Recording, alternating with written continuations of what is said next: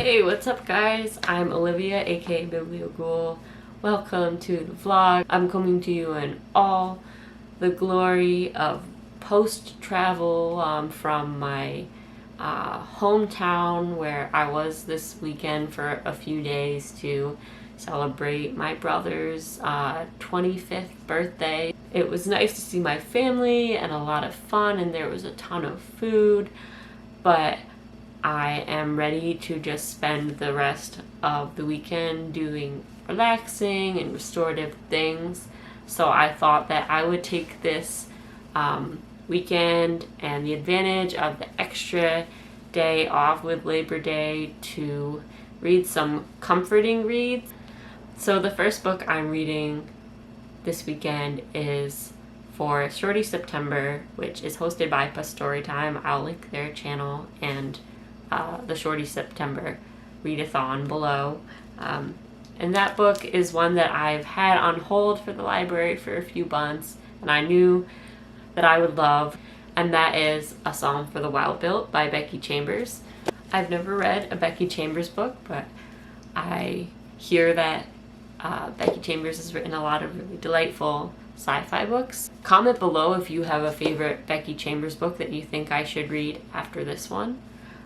But this book is about a tea monk and a robot that are talking about, the philosophy of life in a world after destruction and a reordering of society where wilderness is kind of sanctioned off and preserved, and robots in this society used to be, machines controlled by humans, but now have gone off into the wilderness. So it is a short book, but I'm looking forward to the world that is created.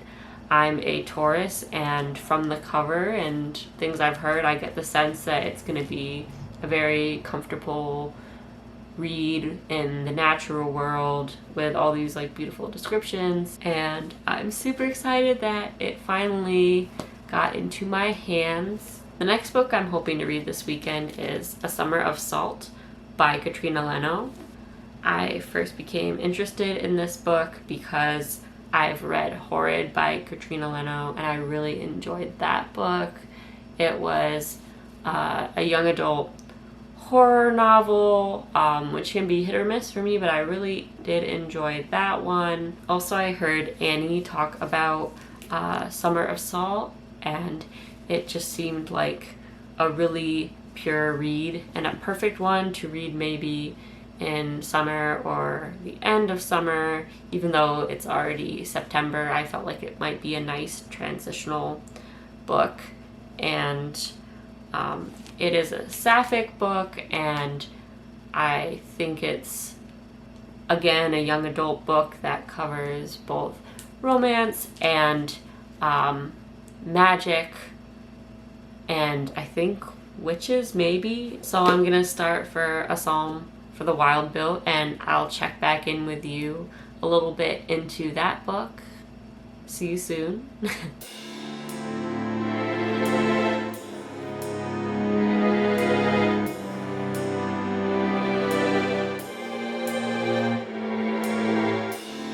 So I'm about 50 pages into A Psalm for the Wild-Built, and I am just loving it so far.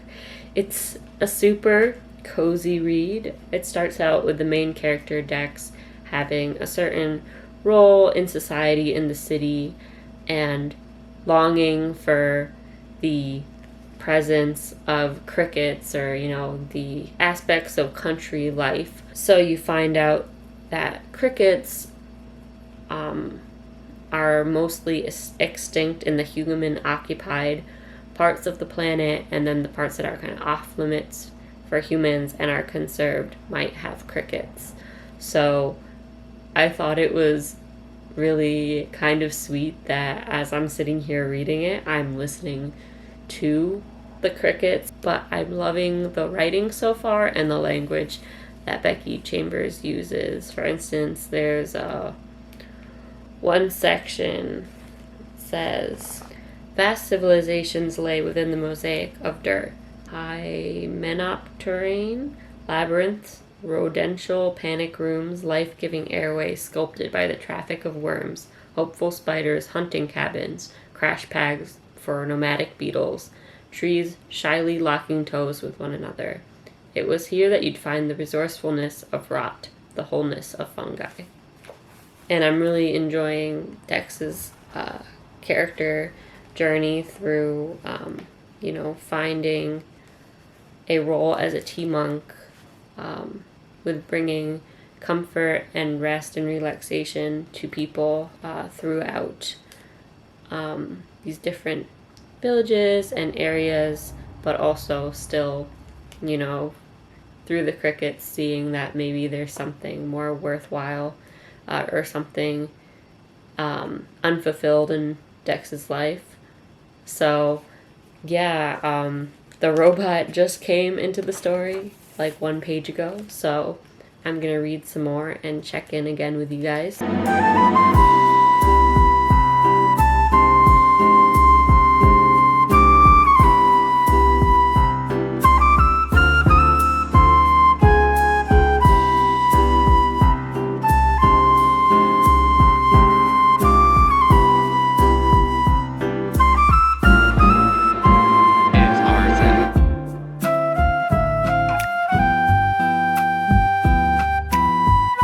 Hi, so I just finished Psalm for the Wild Bill. Welcome to my bed. I feel like I should be, lounging and, I don't know. it feels very scandalous, but this is a cozy vlog, and so, you know what? I'm cozy, and I don't care. But Psalm for the Wild Bill. Focus, Olivia. I rated it 5 stars. It was lovely. It was exactly what I was looking for, with a comfort read. The book had non-binary representation, which I was not expecting.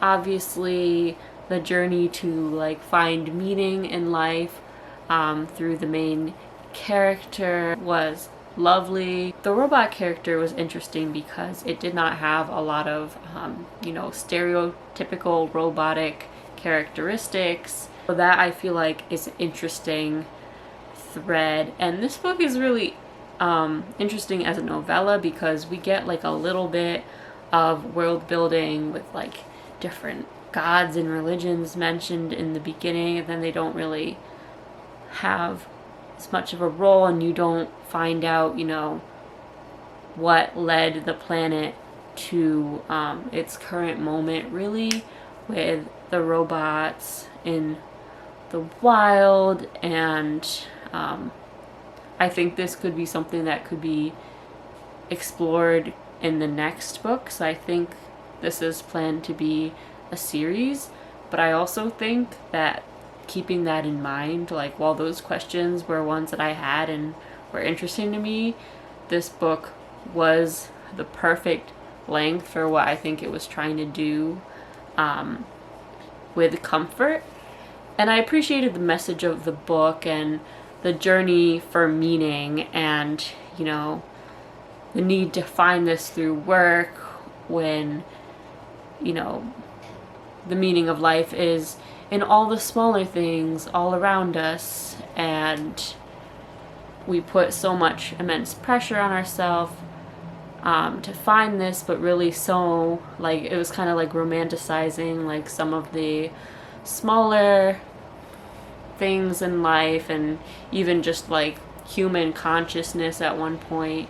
The characters are talking about that, which is a message that a lot of people my age, I'm 26, who are super stressed out and need to hear.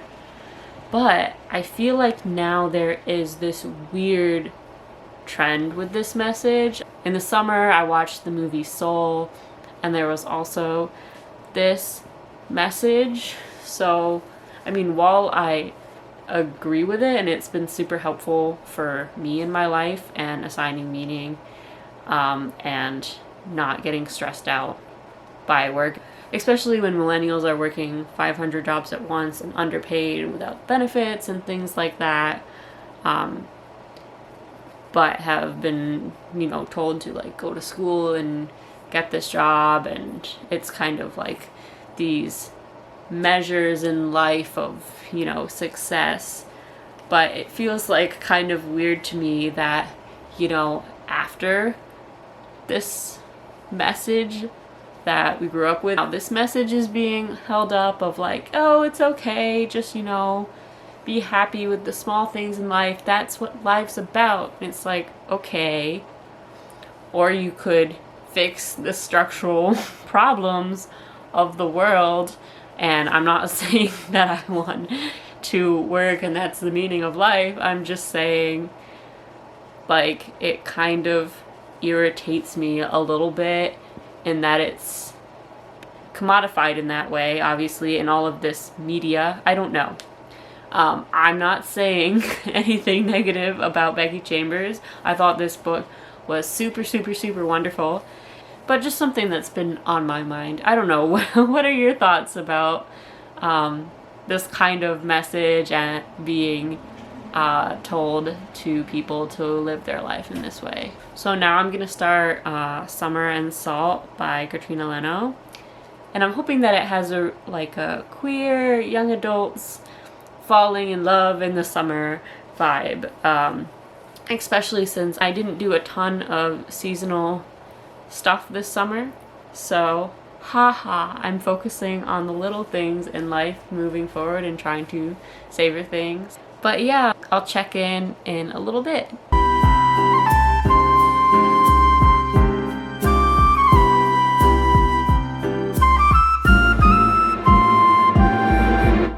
Summer of Salt. So I didn't enjoy this book quite as much as A Psalm for the Wild Bill, unfortunately.